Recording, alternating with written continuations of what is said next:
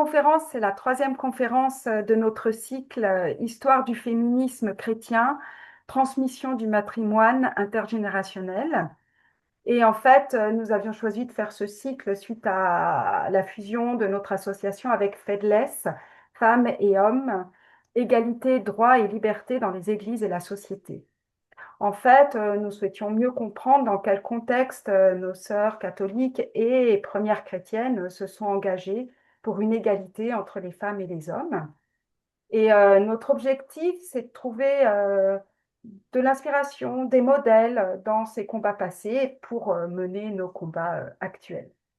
Donc, précédemment, Annie Crépin et Juliette Masquelier nous ont présenté plutôt les combats des femmes depuis la seconde moitié du XXe siècle jusqu'à aujourd'hui. Et là, on va faire un saut temporel parce qu'on va s'intéresser aux premières chrétiennes et évidemment à Saint Paul. Donc pour ça, nous avons la chance et le plaisir d'accueillir ce soir Michel Quesnel, qui est prêtre de l'Oratoire, docteur en théologie, exégète. C'est aussi l'ancien recteur de l'Université catholique de Lyon et c'est l'auteur de très nombreux ouvrages sur la foi, des ouvrages qui sont éclairants et qui sont aussi inspirants. Je peux vous en citer deux ce soir en particulier. Donc Paul et les femmes, et qui va, il y a certains aspects, il y a de nombreux aspects de ce livre qui seront abordés aujourd'hui. Et puis son dernier livre, Le baptême, ça change tout. Voilà. Alors, avant de commencer, juste vous informer que la conférence est enregistrée, elle va durer une petite heure et elle sera suivie d'un temps de questions. Comme vos micros ne sont pas activés, en fait, le mieux, c'est d'écrire vos questions dans le chat au fur et à mesure et puis je les poserai à Michel en fin de conférence. Voilà, je vais laisser la parole du coup à Michel Quesnel qui va répondre à une question brûlante pour nous qui sommes à la fois catholiques et féministes. Paul était-il misogyne?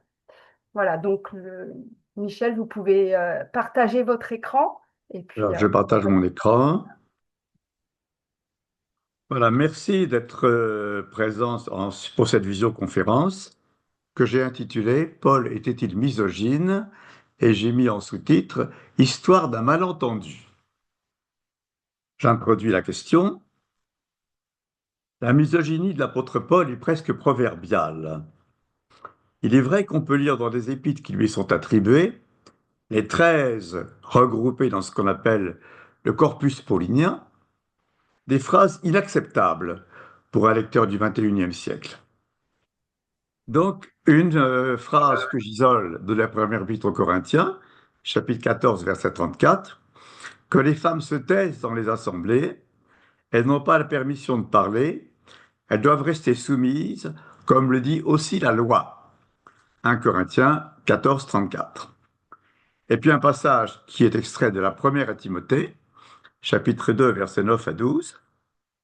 Quant aux femmes, qu'elles aient une tenue décente, qu'elles se parent avec pudeur et modestie, ni tresses, ni bijoux d'or ou perles, ou toilettes somptueuses, mais qu'elles se partent au contraire de bonnes œuvres, comme il convient à des femmes qui font profession de piété.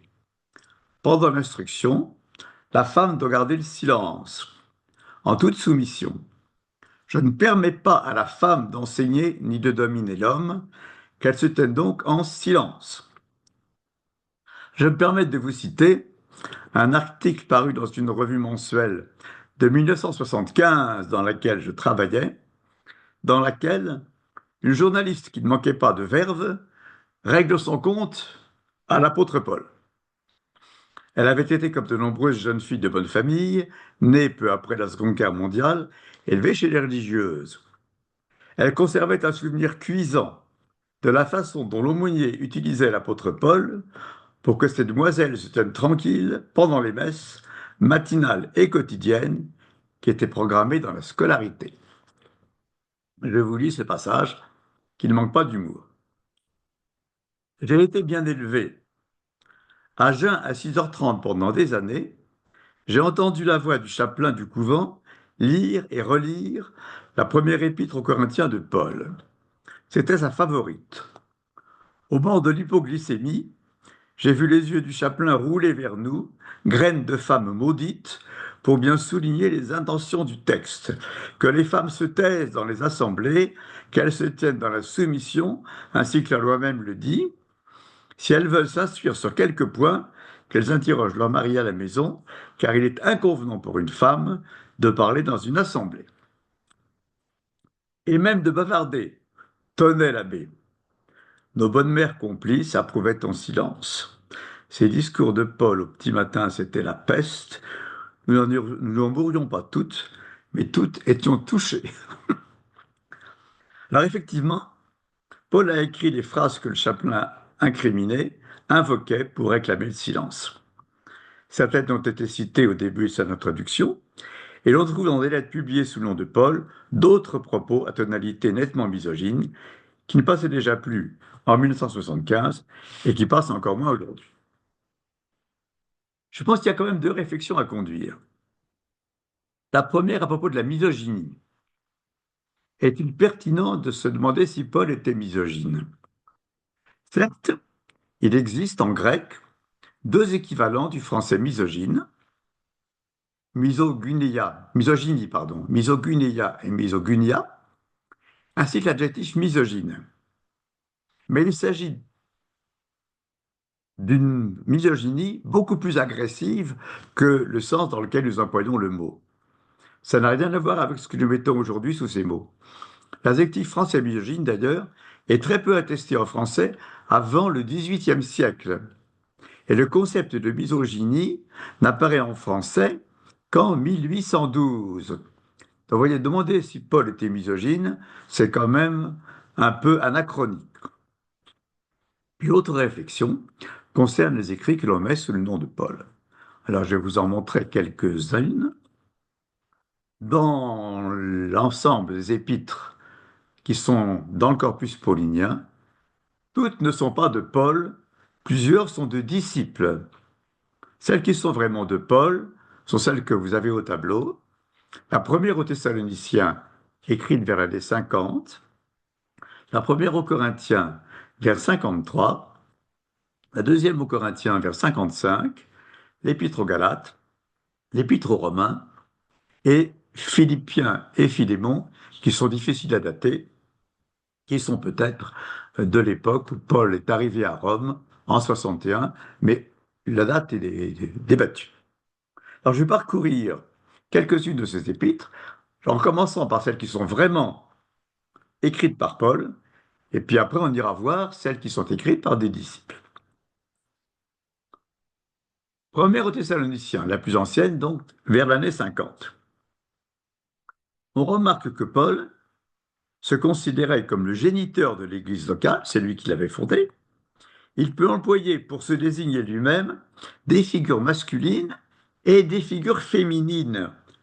Lui-même ose se comparer à une femme. Au début, il se compare à un monsieur. Vous le savez, traitant chacun de vous comme un père ses enfants. J'ai mis en italique le mot grec. Nous vous avons exhorté, encouragé et adjuré de vous conduire d'une manière digne de Dieu qui vous appelle à son royaume et à sa gloire. Mais un peu en avant de ce texte-là, au même chapitre, versets 5 à 8, vous avez un autre texte que je lis. Jamais nous n'avons eu de paroles flatteuses, vous le savez, jamais d'arrière-pensée de profit, Dieu en est témoin, et jamais nous n'avons recherché d'honneur auprès des hommes, ni chez vous, ni chez d'autres. Alors que nous aurions pu nous imposer en qualité d'apôtres du Christ. Au contraire, nous avons été au milieu de vous pleins de douceur, comme une nourricière. Donc, soit une mère qui nourrit ses enfants, soit une nourrice qui soigne tendrement ses propres enfants. Nous avions pour vous une telle affection que nous étions prêts à vous donner non seulement l'évangile de Dieu, mais même notre vie, tant vous nous étiez devenus chers. Vous verrez que ce texte est extrêmement cordial, il est même très tendre. Paul lui-même était célibataire et son enfant, mais il n'hésite pas à se comparer à une femme qui nourrit des enfants au sein. J'en arrive à la première aux Corinthiens. Je vais reprendre de façon plus globale celui que j'ai cité tout à l'heure. Dieu n'est pas un Dieu de désordre, mais un Dieu de paix, comme dans toutes les églises des saints. Et vous trouvez ce mauvais passage, effectivement, ce maudit passage, si je vous dire, que les femmes se taisent dans l'Église. En effet, il ne leur est pas permis de parler, mais qu'elles soient soumises, comme le dit la loi. Si elles veulent apprendre quelque chose, et là on apprend des choses nouvelles, qu'elles interrogent leur propre mari à la maison, car il est honteux pour une femme de parler en Église.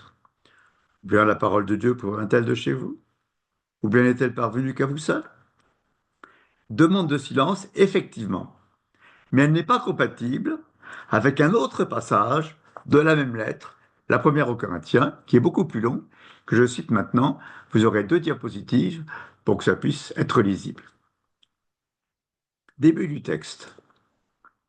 1 Corinthiens 11, 2 et suivant. Je vous félicite de vous souvenir de moi en tout et de conserver les traditions comme je vous les ai transmises. Je veux que vous le sachiez. Le Christ est la tête de tout homme, l'homme est la tête de la femme, Dieu est tête du Christ. Tout homme qui prie ou prophétise ayant la tête couverte déshonore sa tête. Toute femme qui prie ou prophétise tête non couverte déshonore sa tête. Donc si elle prie et prophétise à haute voix, ça veut dire qu'elle a le droit de parler. C'est une seule et même chose que s'il était tondu. En effet, si une femme n'est pas couverte, eh bien qu'elle se fasse raser. Mais si c'est honteux pour une femme d'être tondue ou rasée, qu'elle se couvre. Un homme, en effet, ne doit pas se couvrir la tête. Il est image et gloire de Dieu, mais la femme est gloire de l'homme. En effet, ce n'est pas l'homme qui vient de la femme, mais la femme de l'homme. Et en effet, l'homme n'a pas été créé à cause de la femme, mais la femme à cause de l'homme. En référence à la Genèse. Je continue. C'est pourquoi il faut que la femme ait une autorité sur la tête, quand elle parle donc, à cause des hommes. Est-ce qu'il n'y a ni femme ni homme, ni femme sans homme, ni homme sans femme dans le Seigneur? De même, en effet, que la femme vient de l'homme, de même aussi l'homme vient à travers la femme, et tout vient de Dieu. Jugez par vous-même, est-il convenable pour une femme de prier sans être couverte? La nature elle-même ne vous enseigne-t-elle pas qu'un homme, s'il porte les cheveux longs, c'est un déshonneur pour lui, mais qu'une femme, si elle porte les cheveux longs, c'est une gloire pour elle, car la chevelure lui a été donnée en guise de vêtement. Si quelqu'un juge bon d'être contestataire, nous n'avons pas une telle habitude, ni les églises de Dieu. Ah, ça mérite pas mal de commentaires, vous pouvez vous en douter. Ce passage établit une hiérarchie entre l'homme et la femme. On peut la remarquer, effectivement, que l'homme précède la femme dans l'ordre de la création, au verset 3. Mais la femme précède l'homme dans l'ordre de la gestation, le verset 12, que vous avez encore sous les yeux. L'homme vient à travers la femme. Et surtout, la femme peut prier et prophétiser, donc parler à haute voix, ce qui ne semble guère compatible avec les consignes de silence qu'on a lues tout à l'heure au chapitre 14. Alors il semble bien qu'au chapitre 14, Paul dénonce 2 déviances possibles. Je vais revenir au chapitre 14. En premier lieu, lutter contre le bavardage féminin pendant les réunions de prière. Effectivement, il y a des causes de désordre diverses quand l'Église s'est réunie pour prier, en particulier le goût des fidèles pour le parler en langue incontrôlée. Il y en avait qui parlaient en langue de façon incompréhensible, et dès que ça leur venait à la tête, effectivement, c'était cause de désordre. Dans le verbe parler que vous avez ici, il leur est pas permis de parler, ça peut vouloir dire aussi prononcer des sons inarticulés ou incompréhensibles. Mais surtout, en second lieu, le code de l'honneur dans la société gréco-romaine indiquait qu'une femme n'exprime pas en public une opinion différente de celle de son mari. Si une femme exprimait en public une opinion différente de celle de son mari, elle le déshonorait. D'où l'invite que vous avez ici au verset 35, interroger son mari à la maison si elle pense autrement que lui. Le vocabulaire de la soumission qui est utilisé au verset 34, qu'elle soit soumise, joue à l'intérieur du couple. Mais toute l'Antiquité pense pareil. Vous savez que dans la société juive, une femme n'avait de droit que par son mari. Vous savez que le témoignage d'une femme n'avait pas de valeur. Et donc, effectivement, là, il y a toute une ambiance de l'époque qui fait qu'effectivement, la femme était soumise à l'homme. Ça, c'est euh, vrai et dans le monde juif et dans le monde gréco-romain. Donc, vous voyez qu'on ne peut pas donner à ces versets du chapitre 14 un caractère d'interdit absolu. Paul veut lutter contre des excès pour que les assemblées chrétiennes respectent les codes sociétaux de Corinthe. Dans le même chapitre, d'ailleurs, il demande aux fidèles qui parlent en langue de se taire s'il n'y a pas d'interprète pour traduire leurs paroles en langage clair. Et il demande aussi aux prophètes de cesser de parler, prophète homme ou femme, de cesser de parler si un autre prophète prend la parole. Donc Paul ne veut pas que l'Église se transforme en secte. C'est effectivement le danger qui existerait si tout le monde parlait n'importe quand, n'importe comment. Mais vous voyez quand même que les femmes ont le droit, et c'est le texte que je vous ai mis tout à l'heure, de parler et de prophétiser. Donc elles ont le droit de parler.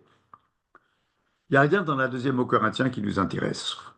En revanche, j'en arrive à un texte absolument majeur de l'Épître aux Galates. Oui, vous tous qui avez été baptisés en Christ, vous avez revêtu Christ. Il n'y a plus ni juif ni grec. Il n'y a plus ni esclave ni homme libre. Il n'y a plus ni mâle ni femelle, car tous vous n'êtes qu'un en Jésus-Christ. Et si vous appartenez au Christ, c'est donc que vous êtes la descendance d'Abraham, sur la promesse, vous êtes héritier. Ainsi, l'appartenance au Christ fait tomber toutes les différences sociétales, non pas dans les modes de vie concrets, mais dans la condition de créature. L'image du vêtement commun cache les différences. On a revêtu Christ. La façon de s'habiller avec une grande importance dans l'Antiquité, un homme et une femme portaient des vêtements différents, et le rang social d'ailleurs était aussi marqué par la tenue vestimentaire. Le texte des Galates déclare la disparition devant Dieu de trois différences fondamentales listées par importance croissante. Ni juif ni grec. Donc la différence porte sur l'appartenance à un peuple au plan ethnique et religieux. Elle est grande, elle a des conséquences dans le rapport à la loi juive et à l'élection, mais en même temps, elle est purement circonstancielle, elle dépend de l'ethnie dans laquelle on est né. Il n'y a plus ni esclave ni homme libre. Paul n'a pas aboli l'esclavage. Sachez que dans une ville comme Rome, qui faisait environ 1 million d'habitants, il y avait 800 000 esclaves pour environ 200 000 hommes libres. Si Paul avait aboli l'esclavage, il aurait été lynché par toute la population. C'était pas possible. Mais surtout, il n'y a plus ni mâle ni femelle pour l'espèce humaine. Et le terme employé par Paul sont les adjectifs qui peuvent être masculins, féminins ou neutres. Il existait, effectivement, dans le courant stoïcien, des philosophes qui affirmaient l'égalité de l'homme et de la femme. Par exemple, un philosophe romain qui s'appelle Musonius Rufus, qui est mort environ en 100 après le début de notre ère. Paul ne se situe pas à ce niveau-là. Il fait tomber tout ce qui pourrait relever d'une différence d'ordre théologique et essentiel. La différence sociétale ne tombe pas complètement. On a déjà eu l'occasion de remarquer que Paul respectait globalement les codes de vie sociétaux de son époque. Et j'en arrive à l'Épître aux Romains, qui, elle, est aussi de la main de Paul. Le corps de l'Épître aux Romains est peu concerné par la condition féminine. C'est surtout le dernier chapitre, le chapitre 16, où Paul salue les Romains et les Romaines qu'il connaît. Paul n'est pas encore allé à Rome quand il écrit l'Épître aux Romains.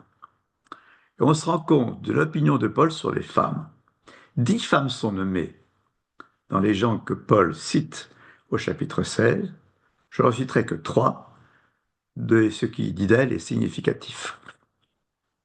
La première est Phébé. Je vous recommande Phébé, notre sœur, ministre de l'Église de Sancré.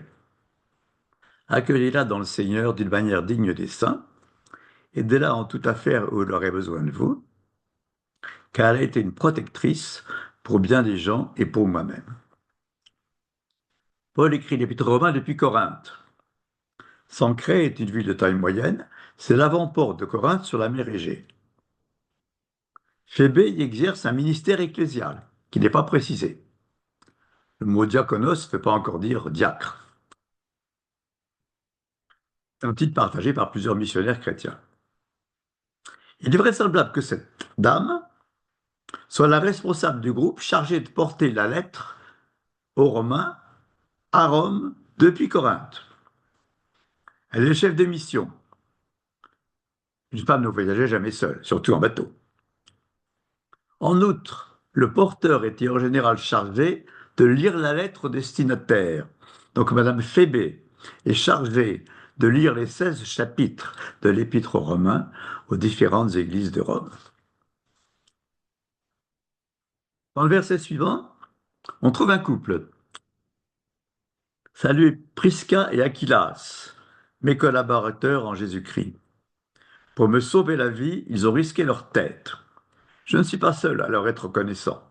Toutes les églises du monde païens le sont aussi. Saluez aussi l'église qui se réunit chez eux. Dans la première épître aux Corinthiens, ce couple est cité, mais Aquilas, le mari, est cité en premier. Ici, c'est Prisca, sa femme, qui est citée en première. Ils avaient été éjectés de Rome par un édit de Claude. Maintenant, on est plus tard, on est sous le règne de Néron, qui a succédé à Claude en 54. On apprend dans ce passage que une église s'est réunissait chez Prisca et Aquilas. Il y avait sans doute d'ailleurs dans les réunions de Rome plusieurs maisons qui accueillaient les réunions chrétiennes dans la ville, puisque, comme je vous le disais tout à l'heure, on estime que la population de la ville de Rome était d'environ 1 million d'habitants. Paul écrit que ce couple a risqué sa vie pour lui. On ne sait pas dans quelles circonstances. Très intéressant encore, le passage suivant, chapitre 16, verset 7. Saluez Andronikos et Iunia, mes parents et mes compagnons de captivité. Ce sont des apôtres éminents et ils ont même appartenu au Christ avant moi. Il s'agit d'un couple. Iunia est un prénom féminin. Tous deux sont nommés apôtres. Ils ont même été apôtres avant Paul. Il faut sans doute partie des apôtres qui sont nommés en 1 Corinthiens 15, ceux qui ont été témoins de la résurrection lorsque le Christ est ressuscité. Remarquez qu'une femme est nommée apôtre. Et je vous cite un passage de la première épître aux Corinthiens qui cite les responsabilités ecclésiales par ordre d'importance. Apôtre, c'est le premier rang de responsabilité. 1 Corinthiens chapitre 12, verset 28. Ceux que Dieu a disposés dans l'Église sont premièrement des apôtres, deuxièmement des prophètes, troisièmement les hommes chargés de l'enseignement. Vient ensuite le don des miracles, puis de guérison, d'assistance, de direction et de parler en langue. Vous voyez, les charismes sont hiérarchisés. Le charisme numéro 1, c'est le charisme de l'apôtre. Une femme est nommée apôtre. C'est extraordinaire, parce que c'est la seule fois dans le Nouveau Testament qu'une femme est nommée apôtre. J'en arrive à l'Épître aux Philippiens, mais dans l'Épître aux Philippiens elle-même, il n'y a pas grand-chose. En revanche, il y a un beau passage dans les Actes des Apôtres qui raconte l'arrivée de Paul dans la ville de Philippe.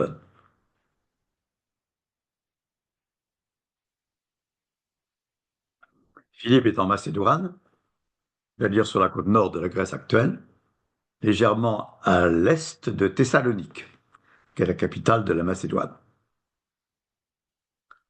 Le jour du sabbat, nous avons franchi la porte de Philippe pour gagner le long d'une rivière un endroit où, pensions-nous, devait se trouver un lieu de prière.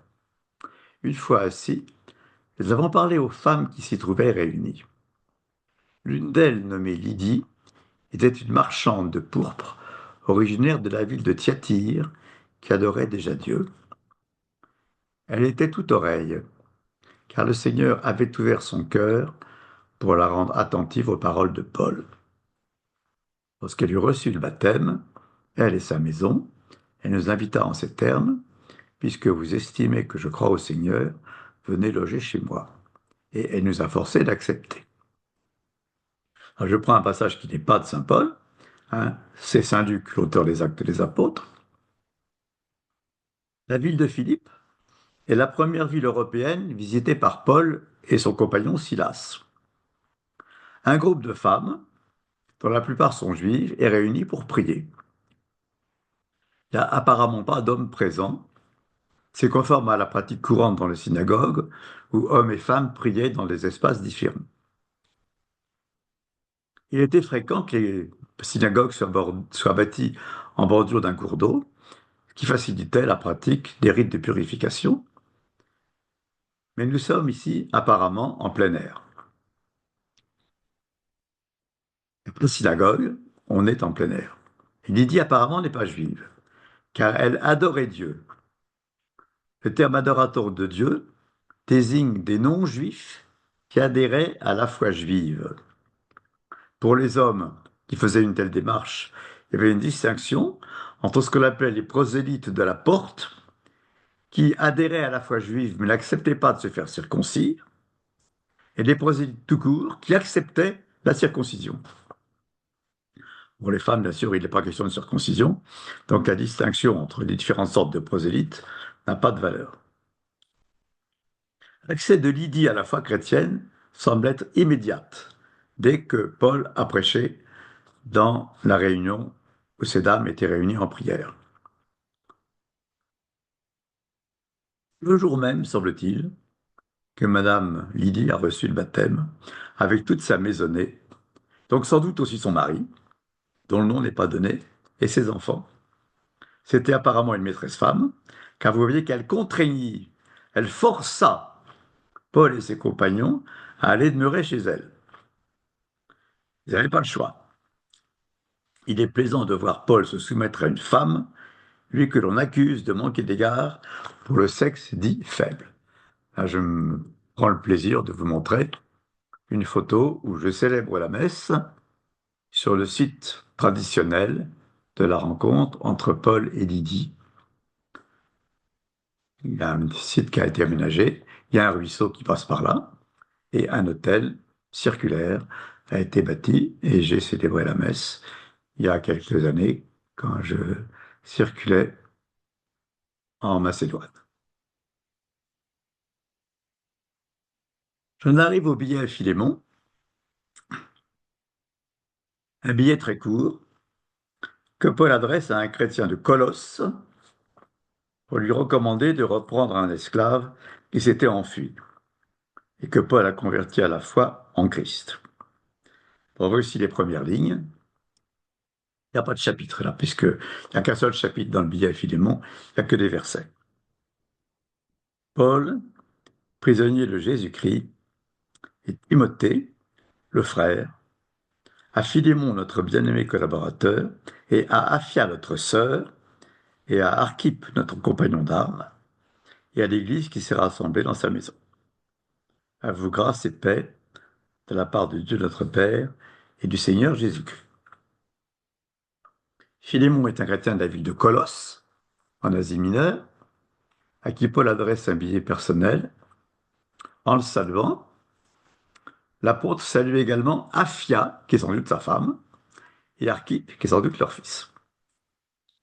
On retrouvera d'ailleurs le nom de Aphia, d'Archippe, pardon, dans l'épître adressée à l'église de Colosse, en Colossiens chapitre 4, verset 17.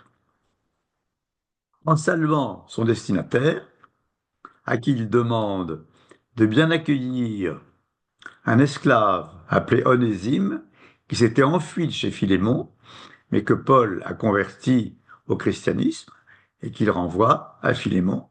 Il demande à Philémon d'accueillir cet esclave comme un frère. En écrivant à Philémon, Paul n'oublie pas de sauver la famille, dont Madame.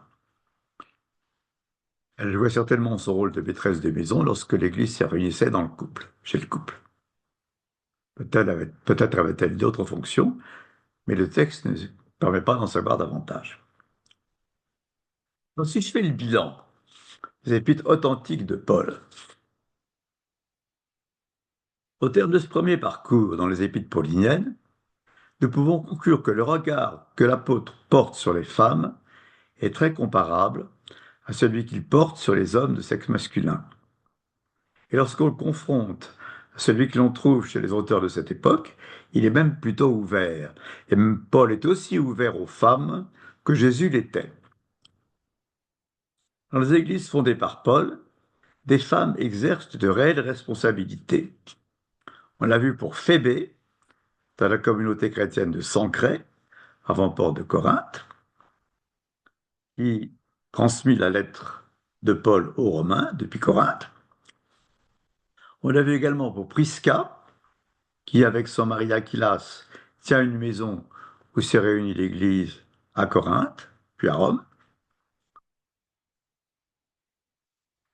Et Paul est aussi le seul auteur du Nouveau Testament qui écrit d'une femme qu'elle est apôtre, Madame Iunia, femme d'Andronikos, la plus haute responsabilité dans les églises du 1er siècle.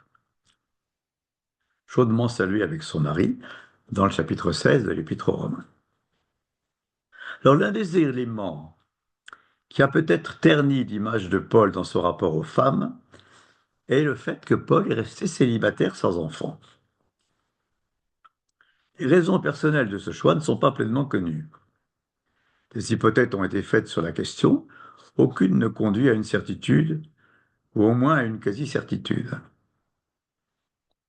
Rappelons cependant qu'il écrit aux Corinthiens, 1 Corinthiens 11, 1, « Soyez mes imitateurs comme je le suis moi-même de Christ ».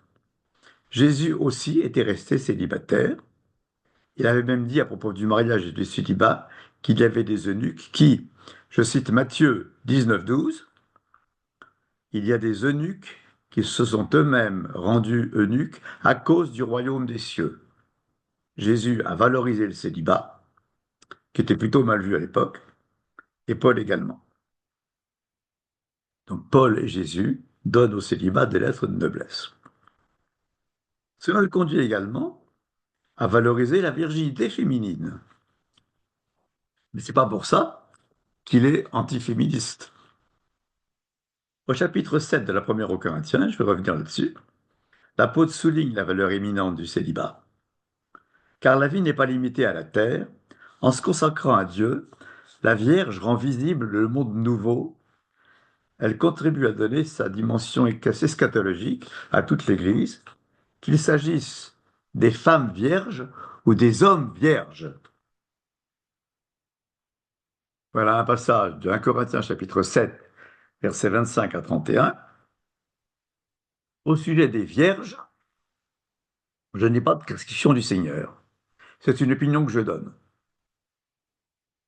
en tant qu'homme fiable, objet de la miséricorde du Seigneur. Je pense donc, c'est une bonne situation à cause de la nécessité présente qu'il est bon pour un humain d'être comme il est. Es-tu lié à une femme? Ne cherche pas à rompre. Es-tu sans lien avec une femme? Ne cherche pas de femme. Si pourtant tu te maries, tu ne pêches pas. Et si la Vierge se marie, elle ne pêche pas. Mais de tels gens auront des difficultés quant à la chair, et moi je vous ménage. Je dis ceci, frère, le temps a été réduit. Désormais que ceux qui ont des femmes soient comme n'en ayant pas, que ceux qui pleurent comme ne pleurant pas, ceux qui se réjouissent comme ne se réjouissant pas, ceux qui achètent comme ne possédant pas, et ceux qui usent du monde comme n'en abusant pas, car elle passe la figure de ce monde. Vous voyez que là, Paul envoie aux Corinthiens une opinion personnelle qui ne se réclame pas du Christ. Au sujet des vierges, il s'agit des messieurs et des dames. Et le célibat est présenté ici, effectivement, comme une bonne chose. Donc finalement, si j'en reviens aux épîtres authentiques de Paul, le seul passage qui fait vraiment difficulté, c'est le passage de 1 Corinthiens 14, versets 34-35. Mais comme je vous l'ai dit, en étudiant ce texte, cette injonction n'a pas une portée universelle. Elle ne concernait que l'Église de Corinthe. Et surtout, on a vu dans la même épître que Paul donne des consignes aux dames sur la façon de se coiffer lorsqu'elles prophétisent ou prient à haute voix. Je précise que c'est sur la façon de se coiffer. Il n'est pas du tout question de porter un voile. Mais les dames, avec ses cheveux longs, doivent se couvrir la nuque, alors que l'homme, au contraire, doit avoir la nuque dégarnie en portant les cheveux courts.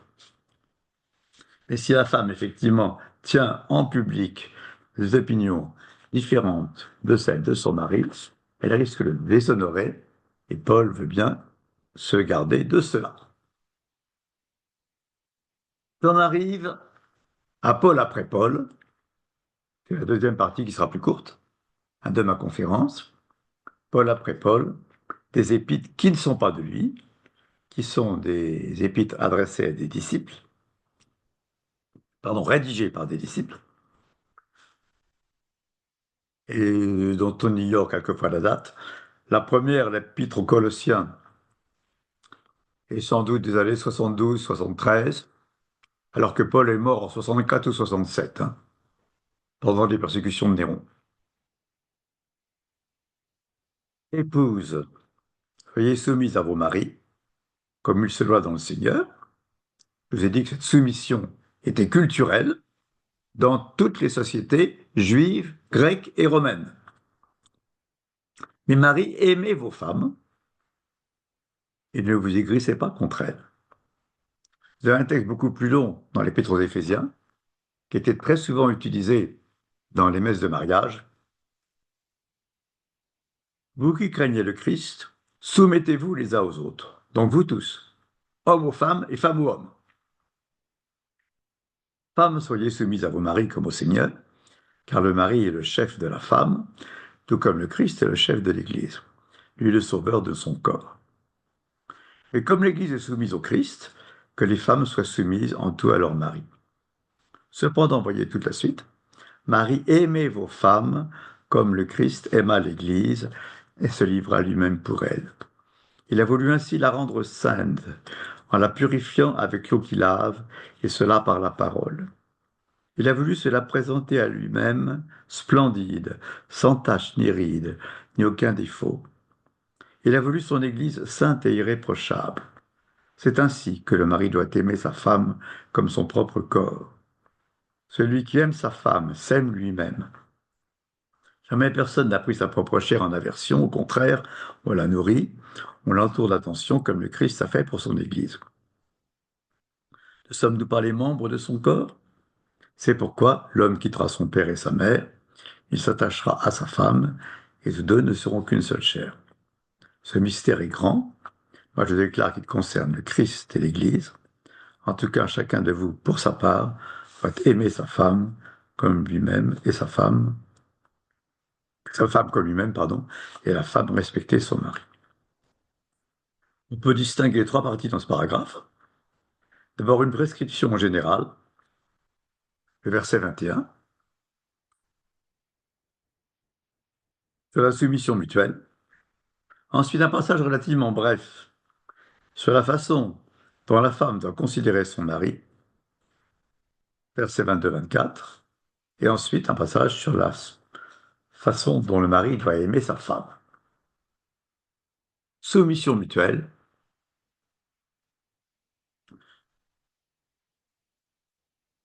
Dans l'Épître aux Philippiens, il n'est pas question de différence de sexe, mais je dis quand même ceci en Philippiens chapitre 2, versets 2 à 3. Ayez un même amour, un même cœur, recherchez l'unité, ne faites rien par rivalité, rien par gloriole, mais avec humilité, considérez les autres comme supérieurs à vous, quel que soit le sexe. Ça, c'est du Saint-Paul. L'attitude de la femme envers son mari, elle doit être soumise à son mari. C'est la culture ambiante. Je vous rappelle que, en particulier dans la culture juive, la femme n'avait pas à accepter son mari. Le contrat a été passé entre le futur époux et le père de la jeune femme. Elle n'avait pas le droit de dire oui ou non. Et enfin, vous avez l'attitude du mari envers la femme, avec très souvent le verbe aimer, comme vous le voyez, qui est employé un grand nombre de fois dans ce passage. Vous voyez que l'image de l'Église telle que la veut le Christ est très belle. Elle rejaillit sur la femme. Le verset 31 cite le livre de la Genèse, hein. C'est pourquoi l'homme quittera son père et sa mère et il s'attachera à sa femme.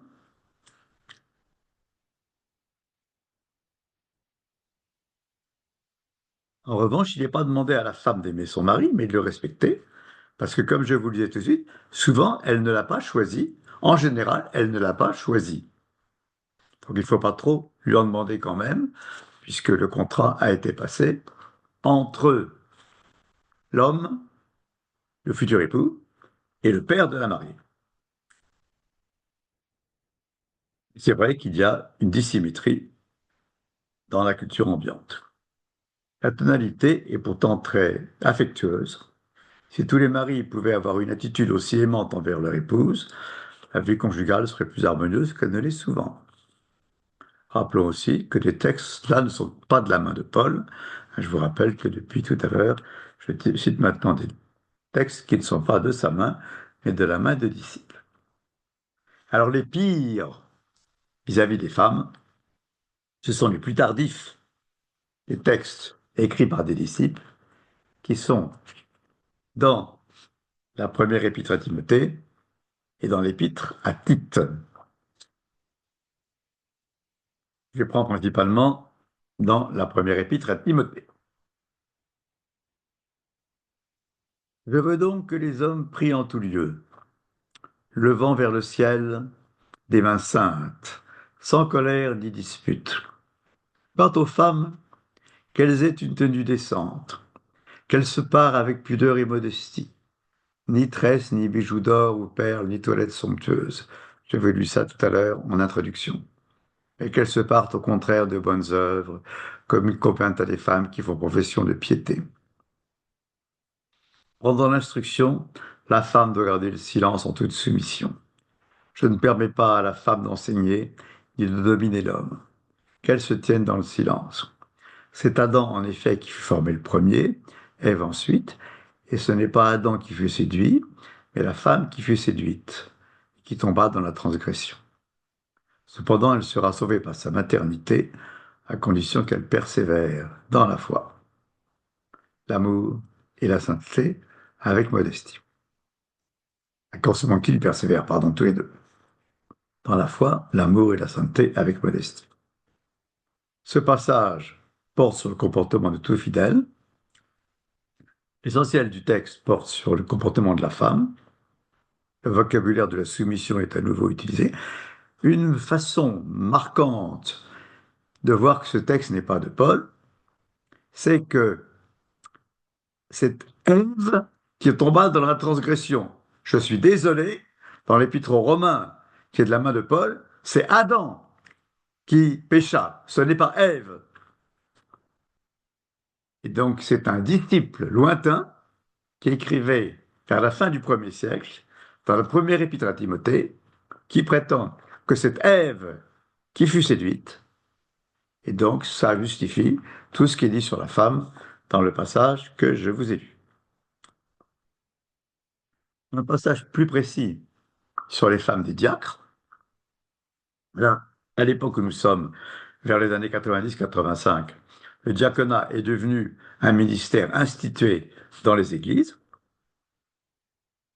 Les diacres, pareillement, doivent être dignes, n'avoir qu'une parole, ne pas s'adonner au vin, ni rechercher des gains honteux. Qu'ils gardent le mystère de la foi dans une conscience pure. Qu'eux aussi soient d'abord mis à l'épreuve, ensuite, si on n'a rien à leur reprocher, ils diaconiseront. Les femmes, il s'agit des femmes des diacres, pareillement, doivent être dignes, point médisantes, sobres, fidèles en toutes choses. Que les diacres soient mariés d'une seule femme, qu'ils gouvernent leurs enfants et leur propre maison. Utilisé 2 fois dans le passage, le terme diacre est au pluriel. Il y en a donc plusieurs par communauté chrétienne. Et on remarque que le verbe diaconiser n'a pas ici son sens habituel de servir, mais il signifie exercer le ministère de diacre, déjà clairement institué. Les femmes des diacres doivent être particulièrement effacées, dignes, point médisantes, sobres, fidèles en toutes choses. Voilà comment, à travers des textes qui ne sont pas de lui, mais qui font partie de ce qu'on appelle le corpus paulinien, les 13 épîtres attribuées à Paul, mais dont il n'est pas le rédacteur de toutes, le malheureux Paul a été accusé d'une misogynie qui n'est pas de son fait.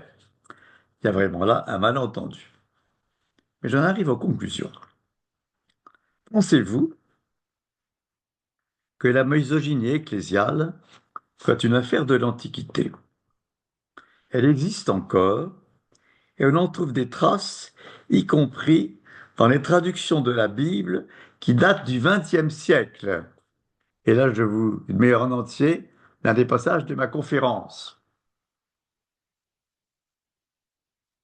À propos du passage sur la coiffure des messieurs et des dames, lorsque l'Église se réunit pour prier.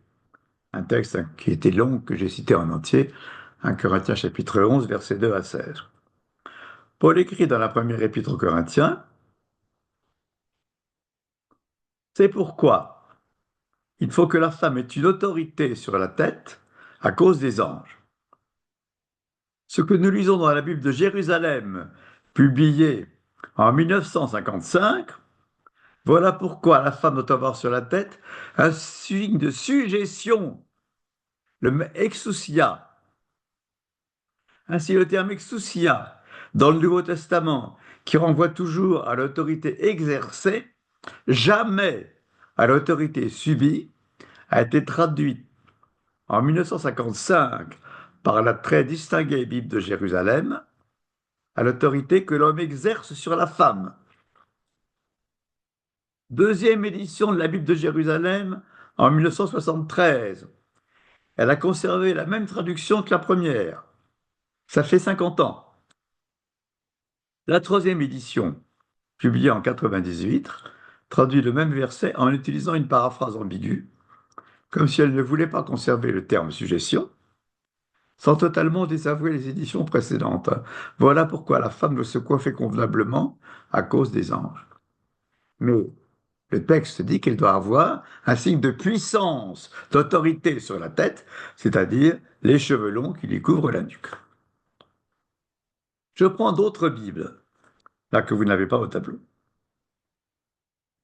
La Bible en français courant, qui a été publiée en 1982.